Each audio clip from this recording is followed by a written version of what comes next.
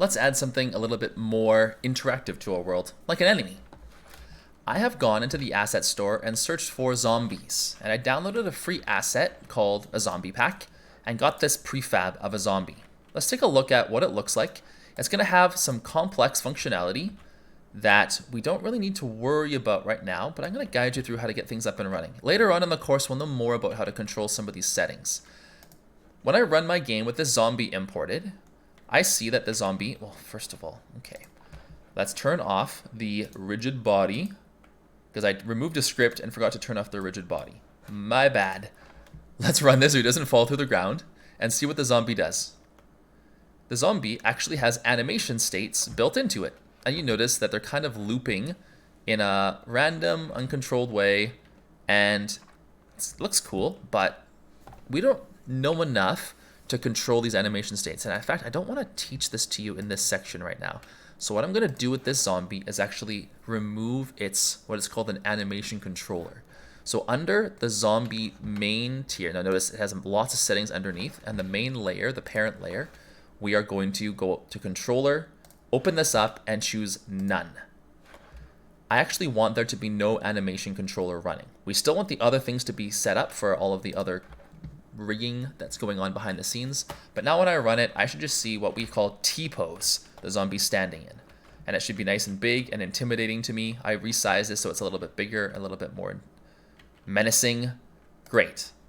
So, got this zombie in the game, and what we're going to do in this tutorial is just finish getting it set up in the way that I want. We're going to add in some more customized interactions using some of our own custom meshes. So, I'm going to pop open this zombie. In fact, actually, I'm going to make the prefab changes here. So I'm going to delete the zombie in the world. I'm going to double click on my prefab and see the preview of the zombie and all sorts of stuff that's going on inside of these components here, with tons of different rigs for the different parts of the body.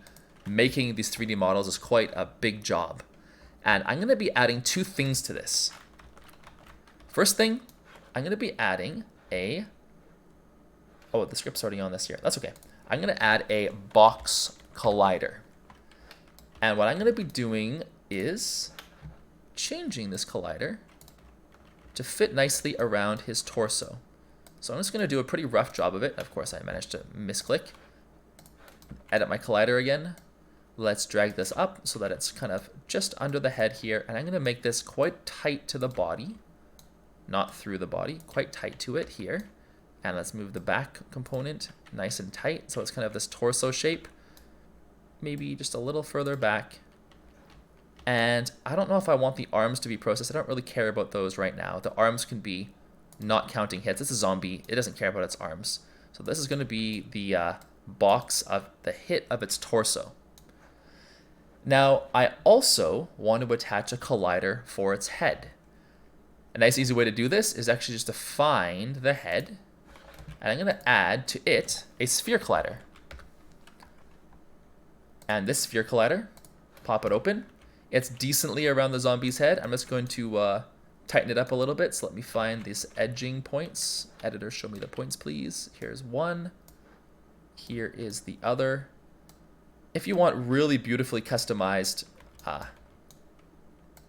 colliders, it's going to be tough to get it perfect because of how Unity wants to auto size its spheres. So we're going to be a little bit limited here. It's going to be a bit of a harder sphere to hit.